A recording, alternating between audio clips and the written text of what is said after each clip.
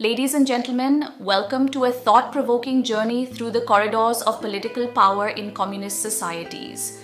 Today, our focus converges on a pivotal and enigmatic figure embedded within the framework of such systems, the General Secretary, which is the head of state, usually within communist nations. This esteemed position serves as the fulcrum around which the ideological compass of a nation revolves, directing the helm of its political and administrative trajectory. Join me as we venture into the profound depth and nuanced tapestry of the General Secretary's role, a figure whose influence spans beyond political realms, seeping into the very fabric of a nation's identity and governance.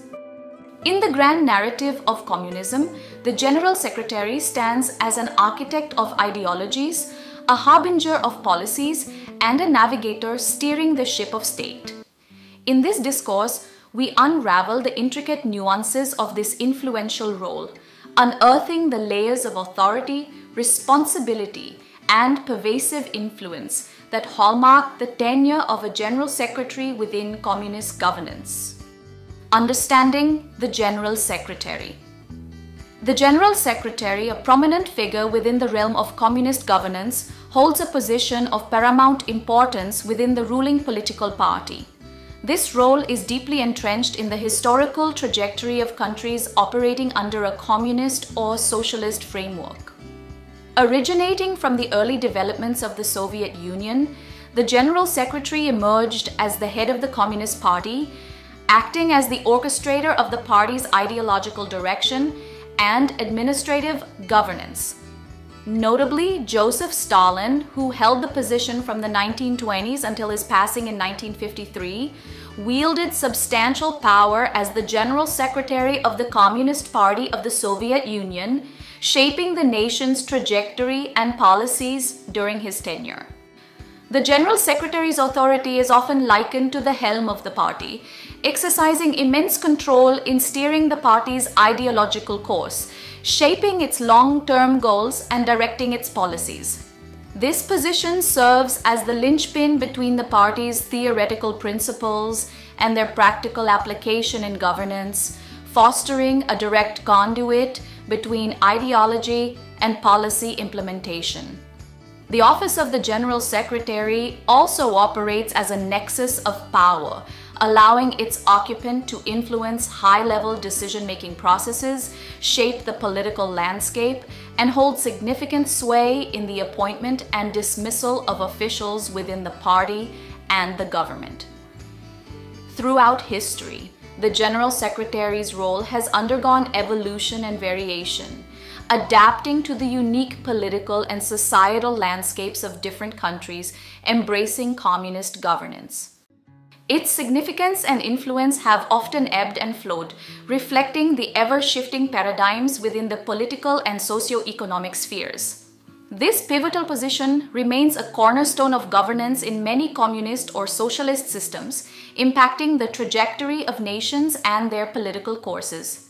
As we continue our exploration, we'll unravel the intricate nuances of the General Secretary's role and its profound implications on the governance and ideological fabric of societies under such political frameworks. Power balancing and specialized roles within communist governance. The centralization of power inherent in the role of the General Secretary within communist governance raises important questions about how to balance this immense authority with other members and specialized roles within the party structure. An imperative consideration in mitigating the concentration of power rests in institutional frameworks fostering checks and balances, while the General Secretary holds substantial authority, mechanisms promoting collective decision-making processes, and greater democratization within the party can help balance this power asymmetry. Encouraging robust debates, fostering a diverse array of viewpoints, and ensuring transparency in decision-making are pivotal steps in democratizing the party's internal processes. Moreover, redistributing authority and responsibility across various specialized roles within the party structure can alleviate the concentration of power in the General Secretary's hands. Assigning distinct portfolios or specialized roles to competent individuals can diversify the decision-making process, allowing for a more inclusive approach in governance. These roles, whether in economic planning, social welfare, or international relations, offer expertise in specific domains, contributing to a more well-rounded governance structure. It's crucial to remember that the General Secretary, while wielding substantial power, is just one component within the larger party apparatus. The Central Committee, Politburo, or other party organs comprise individuals with varied responsibilities and expertise, playing vital roles in the overall governance and decision-making. These bodies often serve as a counterbalance to the General Secretary, collectively influencing policies and strategic directions. In addition, fostering a culture of accountability and regular review of decisions made by the General Secretary can further dilute unchecked authority. Enabling mechanisms for constructive critique and assessment ensures a more responsive and adaptive governance system. As we contemplate the intricacies of power balancing, recognizing the specialized roles and expertise within the party structure underscores the multidimensional nature of governance. Economists, sociologists, diplomats, and other experts contribute to the decision-making process, offering nuanced perspectives and expertise in shaping policies, thus enriching the governance framework.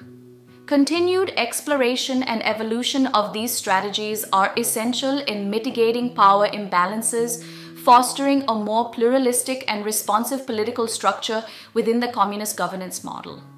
The position of General Secretary, particularly within the context of China, embodies a paramount locus of power and responsibility that we will emulate within our own communist movement, which is the International Consolidated Authority, or ICA.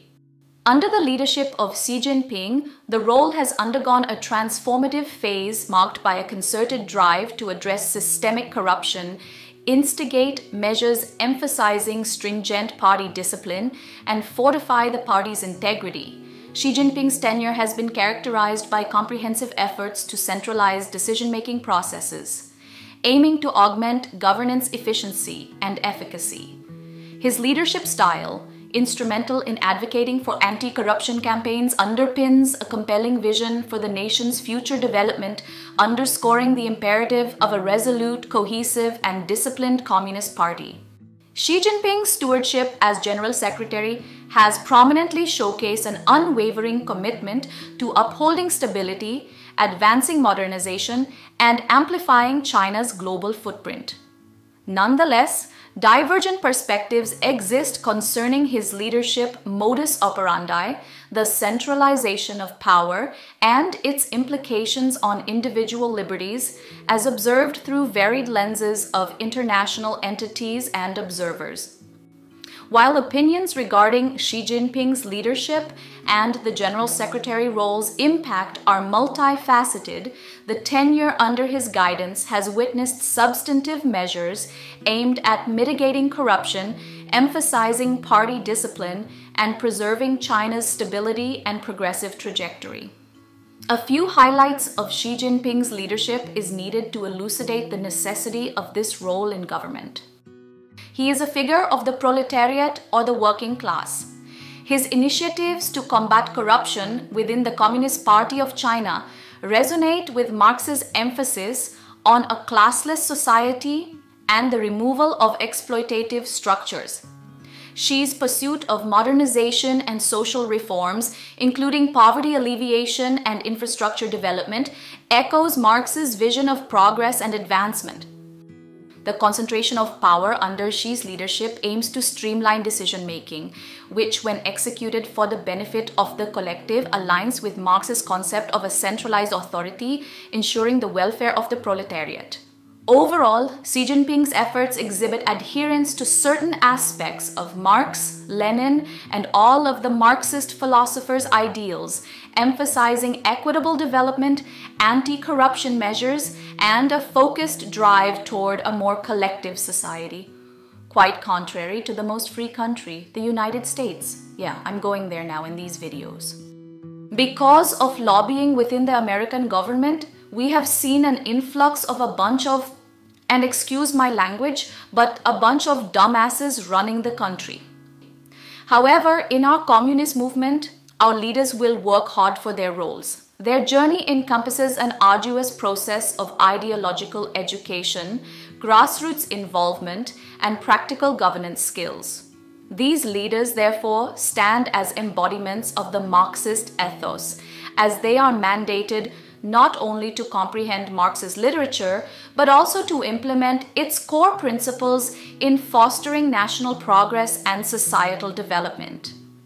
The attainment of the General Secretary role thus necessitates an extensive commitment to ideological adherence, governance acumen, and a profound grasp of the principles advocated by Marx to effectively steer the nation towards a collective and equitable future. Before I end this video, you might be asking, how does someone become a General Secretary? The ascension to the position of General Secretary within a communist government embodies a journey marked by unwavering dedication, adherence to Marxist principles, and a deep understanding of the ideological framework espoused by Karl Marx. Prospective leaders aiming to attain this significant role must navigate a rigorous path that involves comprehensive education, practical experience, and an innate comprehension of Marxist literature. The general secretaries within these communist nations are not mere figureheads, but individuals who have meticulously studied and internalized Marx's theories, comprehending the essence of class struggle, the vision of a classless society, and the means to achieve a stateless and equitable future. Thank you guys for watching this video, and remember, no matter where you are around the world, the International Consolidated Authority will always recognize your sovereignty and advocate for your human rights that you deserve. We do not marginalize at all. Let's work towards world unity and secure a better future for our planet and children by fighting against colonialism, exploitation, and capitalism as a whole.